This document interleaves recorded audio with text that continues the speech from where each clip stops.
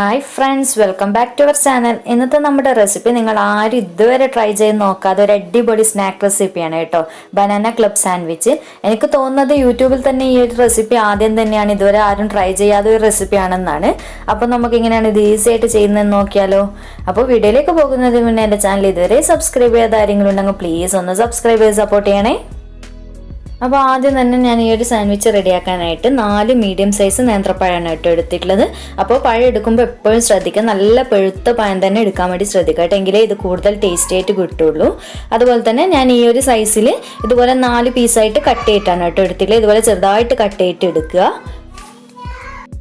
ഇനി ഈ പഴം വെച്ചിട്ട് നമുക്ക് ഈ ഒരു സാൻഡ്വിച്ചിൻ്റെ ഫില്ലിംഗ് ഒന്ന് റെഡിയാക്കി എടുക്കണം.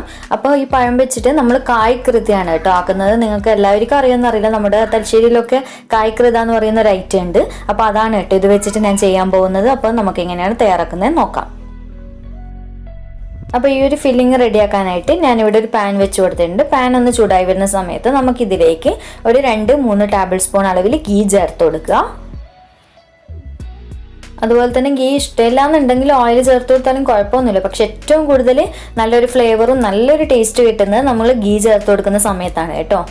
അപ്പോൾ ഗീ ഒക്കെ അത്യാവശ്യം ഇപ്പം മെൽട്ടായി വന്നിട്ടുണ്ട്. ഇനി നമുക്കിതിലേക്ക് നമ്മൾ നേരത്തെ കട്ട് ചെയ്ത് മാറ്റി വെച്ച പഴം ചേർത്ത് കൊടുക്കാം.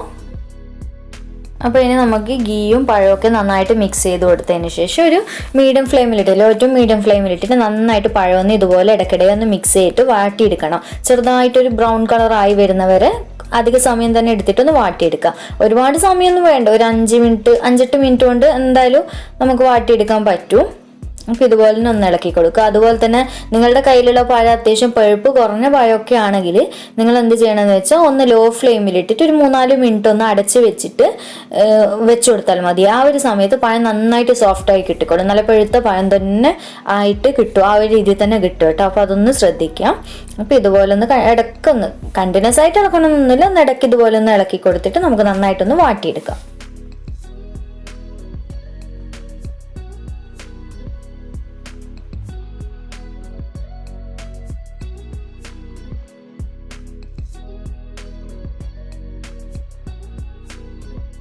അപ്പോൾ ഇപ്പോൾ കണ്ടില്ലേ, ഈ ഒരു രീതിയിൽ ഏതാണ്ട് ഒരു പകുതി ഭാഗത്തോളം ഒന്ന് ബ്രൗൺ കളറായി വന്നിട്ടുണ്ട്. ഇനി നമുക്ക് ഇതിലേക്ക് മധുരത്തിന് ആവശ്യമായിട്ടുള്ള പഞ്ചസാര ചേർത്ത് കൊടുക്കുക. അപ്പോൾ മധുരം ഇട്ട് കൊടുക്കുമ്പോൾ എപ്പോഴും ശ്രദ്ധിക്കുക, ഒരുപാട് ആദ്യം തന്നെ ഇട്ട് കൊടുക്കരുത്. കാരണം എന്ന് വെച്ചാൽ പഴത്തിൻ്റെ ചില പഴങ്ങൾ നല്ല മധുരം ഉണ്ടാകും, ചിലത് മധുരം കുറവുള്ളതായിരിക്കും. അപ്പോൾ അതിനൊക്കെ നോക്കിയിട്ട് പഴത്തിൻ്റെ മധുരത്തിന് ബാലൻസ് ചെയ്യുന്ന രീതിയിൽ മാത്രം ഇട്ട് കൊടുക്കുക കേട്ടോ. എന്നിട്ട് നന്നായിട്ട് ഇതുപോലെ ഒന്ന് മിക്സ് ചെയ്ത് കൊടുക്കുക. കണ്ടില്ലേ, ഏതാണ്ട് പകുതി മുക്കാൽ ഭാഗത്തോളം ഈ ഒരു ബ്രൗൺ കളറായി വന്നിട്ടുണ്ട്. ഒരുപാട് നല്ല രീതിയിൽ ബ്രൗൺ ഒന്നും ആവണ്ട കേട്ടോ, ഏതാണ്ട് ഒരു മുക്കാൽ ഭാഗത്തോളം അങ്ങനെ ആയാൽ മതി. അപ്പോൾ പഞ്ചസാര ഇട്ട് കൊടുത്തതിന് എപ്പോഴും ശ്രദ്ധിക്കുക, ഫ്ലെയിമിൻ്റെ കാര്യം ലോ ഫ്ലെയിമിൽ ഇട്ട് കൊടുക്കുക. കാരണം പഞ്ചസാര മെൽട്ടായി വന്നു കഴിഞ്ഞാൽ തന്നെ പെട്ടെന്ന് കരിഞ്ഞു പോകും നമ്മുടെ പഴം കേട്ടോ. അപ്പോൾ അത് പ്രത്യേകം ശ്രദ്ധിക്കുക. അപ്പോൾ പഞ്ചസാര അത്യാവശ്യം മിക്സ് ആയതിന് ശേഷം ഇനി ഇതിലേക്ക് നമുക്ക് 1/4 ടീസ്പൂൺ അളവിൽ ഏലക്കാപ്പൊടി ചേർത്ത് കൊടുക്കുക. ഇത് നിങ്ങളുടെ ഫ്ലേവറിനനുസരിച്ചിട്ട് മാറ്റം വരുത്തുക. അതുപോലെ തന്നെ ഏലക്കാപ്പൊടി തന്നെ ഇല്ലെങ്കിൽ ഏലക്കയുടെ കുരു ഒന്ന് ചതച്ചെടുത്തിട്ട് ചേർത്ത് കൊടുത്താലും മതി, കുഴപ്പമൊന്നുമില്ല. എന്നിട്ടൊന്ന് നന്നായിട്ട് ഇതുപോലെ ഒന്ന് മിക്സ് ചെയ്ത് കൊടുക്കുക.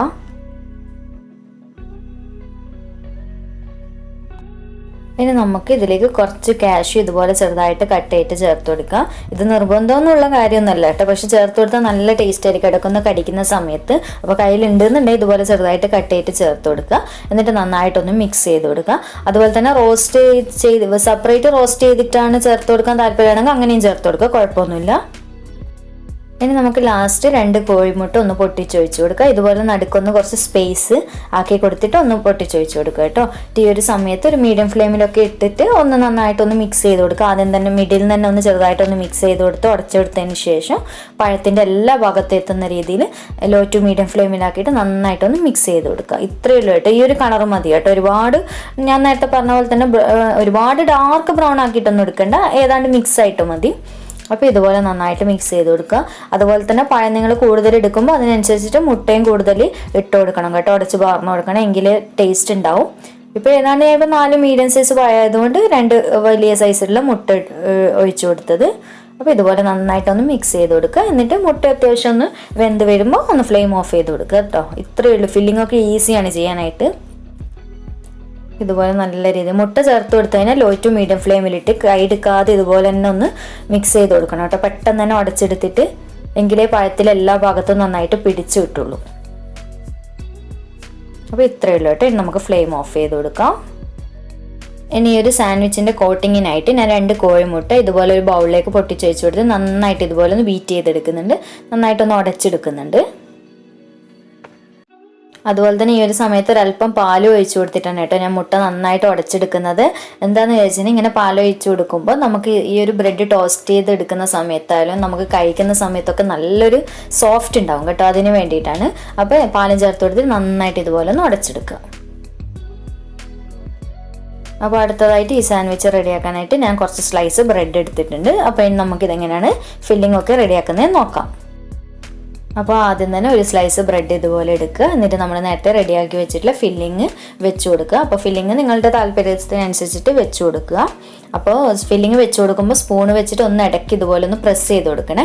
കാരണം നമ്മുടെ ചിക്കനൊന്നും പോലെ പഴയല്ലേ, നന്നായിട്ട് അവിടെ നിന്ന് കിട്ടില്ല. അപ്പോൾ ഒന്ന് ഇതുപോലെ പ്രസ് ചെയ്ത് കൊടുത്തു കഴിഞ്ഞാൽ നല്ല പെർഫെക്റ്റ് ആയിട്ട് അവിടെ നിന്ന് കിട്ടും.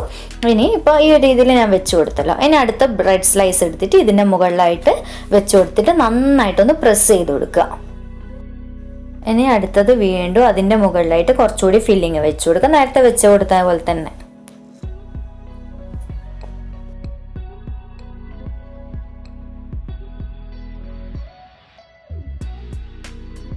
ഇനി അടുത്ത സ്ലൈസ് ബ്രെഡ് നേരത്തെ വെച്ച പോലെ തന്നെ ഇതിൻ്റെ മുകളിൽ വെച്ചിട്ട് നന്നായിട്ടൊന്ന് പ്രസ് ചെയ്ത് കൊടുക്കുക. അപ്പോൾ ഇത്രയേ ഉള്ളൂ കേട്ടോ. അപ്പോൾ നമ്മുടെ ഒരു സാൻഡ്വിച്ച് റെഡി ആയിട്ടുണ്ട്. ഇനി അടുത്തത് ബാക്കിയുള്ളത് ഇതുപോലെ തന്നെ ചെയ്തെടുക്കുക. അപ്പം ഞാനിവിടെ 2 ഇപ്പം റെഡിയാക്കി എടുത്തിട്ടുണ്ട്. ഇനി നമുക്കിതെങ്ങനെയാണ് ടോസ്റ്റ് ചെയ്യുന്നത് നോക്കാം. അപ്പോൾ ഈ ഒരു ബ്രെഡ് ടോസ്റ്റ് ചെയ്യാനായിട്ട് ഞാനിവിടെ ഒരു പാൻ വെച്ച് കൊടുത്തിട്ടുണ്ട്. ഇതിലേക്ക് പാൻ ഒന്ന് ചൂടായി വരുന്ന സമയത്ത് കുറച്ച് ഗീ ചേർത്ത് കൊടുക്കുക. ഒരുപാടൊന്നും വേണ്ട. ബ്രെഡ് ടോസ്റ്റ് ചെയ്യാൻ ആവശ്യമായിട്ടുള്ള ഗീ അല്ലെങ്കിൽ ഓയിൽ ഏതാണോ താല്പര്യം അത് ചേർത്ത് കൊടുക്കുക. അല്ലെങ്കിൽ ബട്ടർ ആയാലും കുഴപ്പമൊന്നുമില്ല കേട്ടോ. ഇനി നമ്മൾ റെഡിയാക്കിയിട്ടുള്ള സാൻഡ്വിച്ച് ഇതുപോലെ മുട്ടയിലേക്ക് നന്നായിട്ട് കോട്ട് ചെയ്തെടുക്കാം. അപ്പോൾ ആദ്യം തന്നെ നല്ല രീതിയിലൊന്ന് പ്രസ് ചെയ്ത് പിടിച്ചിട്ട് എല്ലാ സൈഡും ആദ്യം തന്നെ നന്നായിട്ടൊന്ന് കോട്ട് ചെയ്തെടുക്കുക. കാരണം നന്നായിട്ട് ഒട്ടിക്കിട്ടുമല്ലോ, മുട്ടയല്ലേ. അപ്പോൾ ബ്രെഡ് ആകുമ്പോൾ നന്നായിട്ട് ഒട്ടിക്കിട്ടും. അപ്പോൾ ആദ്യം തന്നെ സൈഡൊന്ന് ഇതുപോലെ നല്ലതായിട്ട് ഒന്ന് കോട്ട് ചെയ്തെടുക്കുക. എന്നിട്ട് നമ്മുടെ അടിഭാഗം മുകൾ ഭാഗം ഇതുപോലെ ഒന്ന് വെച്ച് കോട്ട് ചെയ്തെടുക്കുക. ഒരുപാട് സമയം അതിൽ ഡിപ്പ് ചെയ്ത് വെക്കേണ്ട ആവശ്യമൊന്നുമില്ല കേട്ടോ. ജസ്റ്റ് ഒന്ന് ഇതുപോലെ ഒന്ന് കോട്ട് ചെയ്തിട്ട് ആ സൈഡെല്ലാം പിടിച്ചിട്ട് ഒന്ന് ഇതുപോലെ ജസ്റ്റ് ഒന്ന് പ്രസ് ചെയ്ത് കൊടുക്കുക. എന്നിട്ട് നമ്മൾ റെഡിയാക്കി വെച്ചിട്ടുള്ള പാനിലേക്ക് ഇട്ട് കൊടുക്കാം. കണ്ടില്ല, ഒട്ടി നിന്നിട്ടുണ്ട്, നന്നായിട്ട് ഒട്ടിയിട്ട് അവിടെ നിന്നിട്ടുണ്ട്. ഇനി നമുക്ക് പാനിലേക്ക് വെച്ച് കൊടുക്കാം. അപ്പോൾ വെച്ച് കൊടുത്ത ശേഷം ഒന്ന് ജസ്റ്റ് ഒന്ന് ഇതുപോലെ ഒന്ന് കൈവച്ച് പ്രസ് ചെയ്ത് കൊടുക്കുന്നത് നല്ലതായിരിക്കും. എന്നിട്ട് സാധാരണ നമ്മൾ നോർമലി എങ്ങനെയാണ് ബ്രെഡ് ടോസ്റ്റ് ചെയ്തെടുക്കുന്നത് ആ ഒരു രീതിയിൽ തന്നെ ചെറുതായിട്ടൊരു ഗോൾഡൻ ബ്രൗൺ കളറാകുമ്പോൾ നമുക്ക് എടുക്കുക. തിരിച്ചും മറിച്ചൊക്കെ ഇട്ട് കൊടുക്കുക കേട്ടോ. അപ്പോൾ ഈ ഒരു സമയത്ത് ലോ ഫ്ലെയിമിൽ ഇട്ടിട്ട് വേണം കേട്ടോ ഇങ്ങനെ ചെയ്യാൻ, അല്ലെങ്കിൽ പെട്ടെന്ന് കരിഞ്ഞു പോകും. കാരണം മുട്ടയൊക്കെ കോട്ട് ചെയ്തല്ലോ, ബ്രെഡ് പെട്ടെന്ന് കരിഞ്ഞു പോകും. അപ്പോൾ കാണാനും ഒരു ഭംഗി ഉണ്ടാവില്ല, ഒരു ടേസ്റ്റൊക്കെ ഒരു മാറിയിട്ട് പോകും. അപ്പോൾ ശ്രദ്ധിക്കുക, ലോ ഫ്ലെയിമിൽ ഇട്ടിട്ട് തിരിച്ചും മറിച്ചൊക്കെ ഇട്ട് കൊടുക്കുക. അതുപോലെ തന്നെ ഞാൻ ഈ ചെയ്ത് കൊടുക്കുന്ന പോലെ തന്നെ ഒന്ന് സൈഡൊക്കെ ഇതുപോലെ ഇടയ്ക്കൊന്ന് പ്രസ് ചെയ്ത് കൊടുക്കുന്നത് നല്ലതായിരിക്കും. എന്താണെന്ന് വെച്ച് കഴിഞ്ഞാൽ നന്നായിട്ട് അവിടെ ഒട്ടിയിട്ട് നിൽക്കും കേട്ടോ. ബ്രെഡൊന്നും ആ ഫില്ലിംഗ് ഒന്നും ഇളകിയിട്ട് പുറത്ത് വരുമോ ഒന്നുമില്ല, നല്ലപോലെ നന്നായിട്ട് അവിടെ നിൽക്കും. അപ്പോൾ ഇതുപോലെ ചെയ്ത് കൊടുക്കുക. ഇതുപോലെ തിരിച്ചും മറിച്ചൊക്കെ ഇടയ്ക്കിടെ ഒന്ന് മാറ്റിയിട്ട് ഇട്ട് കൊടുക്കുക കേട്ടോ. എങ്കിലും എല്ലാ ഭാഗത്തേക്കും ഒരേ കളറിൽ കിട്ടും നമുക്ക്. അപ്പോൾ ഈ ഒരു കളറാകുമ്പോൾ എടുക്കുക കേട്ടോ. അപ്പോൾ ഇനി നമുക്ക് സൈഡ് 4 ഭാഗം ഇതുപോലെ ഒന്ന് വെച്ച് തിരിച്ചിട്ട് കൊടുത്തിട്ട് ഒന്ന് ഇതുപോലെ ഒന്ന് റെഡിയാക്കി എടുക്കാം. ഒന്ന് ഇതുപോലെ പിടിച്ചു കൊടുത്താൽ മതി കേട്ടോ. ഈ ഒരു സമയത്തൊക്കെ ലോ ഫ്ലെയിമിൽ ഇട്ടിട്ട് വേണം ചെയ്യാനായിട്ട്, അല്ലാതെ പെട്ടെന്ന് കഴിഞ്ഞു പോകും. ഞാൻ നേരത്തെ പറഞ്ഞ പോലെ തന്നെ. അപ്പോൾ ഇത്രയേ ഉള്ളൂ കേട്ടോ. നമ്മുടെ ബ്രെഡ് റെഡിയായി. ഇനി നമുക്കിതൊരു പ്ലേറ്റിലേക്ക് മാറ്റി കൊടുക്കാം. അപ്പോൾ നമ്മുടെ മുഴുവൻ സാൻഡ്വിച്ച് റെഡി ആയിട്ടുണ്ട്. ഇനി ഇതുപോലെ ഒരു പിസ്സ കട്ടറൊക്കെ വെച്ചിട്ട് ഒന്ന് കട്ട് ചെയ്തെടുക്കുക. അല്ലെങ്കിൽ കത്തിയാലും കുഴപ്പമൊന്നുമില്ല കേട്ടോ. അപ്പോൾ ഇതുപോലെ ഒന്ന് കട്ട് ചെയ്തെടുക്കുക. അപ്പോൾ ഈ ഒരു രീതിയിൽ ഞാൻ കട്ട് ചെയ്തെടുത്തിട്ട് കണ്ടില്ലേ, ഫില്ലിംഗ് ഒക്കെ കാണാൻ തന്നെ നല്ല ഭംഗിയില്ല, അതുപോലെ തന്നെ കഴിക്കാനും നല്ല ടേസ്റ്റാണ് കേട്ടോ. അപ്പോൾ ഈ ഒരു രീതിയിൽ നിങ്ങൾക്ക് കട്ട് ചെയ്തിട്ട് ഇങ്ങനെ വെക്കേണ്ടെങ്കിൽ ഇങ്ങനെ വെക്കുക. അല്ലാതെ ഞാൻ നേരത്തെ പറഞ്ഞ പോലെ തന്നെ ഞാൻ പറഞ്ഞല്ലോ ബനാന ക്ലബ് സാൻഡ്വിച്ച് ആണ്. അപ്പോൾ ക്ലബ് സാൻഡ്വിച്ചിൻ്റെ മോഡൽ കട്ട് ചെയ്യേണ്ടെങ്കിൽ അങ്ങനെയും വെക്കുക. അപ്പോൾ ഞാൻ അങ്ങനെ കട്ട് ചെയ്തിട്ടും കാണിച്ചു തരാം കേട്ടോ. അപ്പോൾ ഈ ഒരു രീതിയിൽ കട്ട് ചെയ്ത് കൊടുക്കുക. അതുപോലെ തന്നെ ഈ ഒരു സാൻഡ്വിച്ച് റെഡിയാക്കാനായിട്ട് കുറച്ച് വലുപ്പമുള്ള സൈസ് ബ്രെഡൊക്കെ ഉണ്ടെങ്കിൽ അതായിരിക്കും കേട്ടോ കൂടുതൽ നല്ലത്. അല്ലെങ്കിൽ ഇങ്ങനെയാലും കുഴപ്പമൊന്നുമില്ല, ഞാൻ പറഞ്ഞതേ ഉള്ളൂ. അപ്പോൾ നിങ്ങളുടെ താല്പര്യത്തിനനുസരിച്ച് ചെയ്ത് കൊടുക്കുക കേട്ടോ. അപ്പോൾ ബാക്കിയുള്ളതും ഇതുപോലെ തന്നെ കട്ട് ചെയ്ത് കൊടുക്കുക. ഇങ്ങനെ വെച്ച് കൊടുത്താൽ കാണാൻ തന്നെ നല്ല ഭംഗിയില്ല, അതുപോലെ തന്നെ കഴിക്കാൻ ഒരു പ്രത്യേക ടേസ്റ്റാണ് കേട്ടോ. അതുപോലെ തന്നെ ഈ ഒരു സ്നാക്കിൻ്റെ പ്രത്യേകത എന്ന് വെച്ച് കഴിഞ്ഞാൽ നമുക്ക് വീട്ടിലുള്ള കുറച്ച് ഇൻഗ്രീഡിയൻസ് മാത്രം വെച്ച്, പഴവും ബ്രെഡൊക്കെ എല്ലാവരുടെ വീട്ടിലും ഉണ്ടാവുന്നതല്ലോ, അപ്പോൾ അത് വെച്ചിട്ട് ഇതുപോലെ നല്ല മോഡലൊക്കെ ആയിട്ട് ഗസ്റ്റൊക്കെ വരുന്ന സമയത്ത് ഒരു വെറൈറ്റി ആയിട്ട് ചെയ്ത് കൊടുക്കാം. അതുപോലെ തന്നെ നിങ്ങൾ എന്തായാലും ഒന്ന് ഇത് ട്രൈ ചെയ്ത് നോക്കണം കേട്ടോ, കാരണം ഭയങ്കര ടേസ്റ്റാണ്, ഞാൻ വെറുതെ പറയില്ല കേട്ടോ, അടിപൊളി ടേസ്റ്റ് തന്നെയാണ്. അപ്പോൾ വീഡിയോ ഇഷ്ടമായിട്ടുണ്ട് എന്നുണ്ടെങ്കിൽ ലൈക്ക് ചെയ്യാനുള്ള കാര്യം മറക്കരുത്. അതുപോലെ തന്നെ മാക്സിമം ഷെയർ ചെയ്യുക, സപ്പോർട്ട് ചെയ്യുക. അപ്പോൾ വീണ്ടും ഒരു അടിപൊളി വീഡിയോ ആയിട്ട് കാണാം. താങ്ക്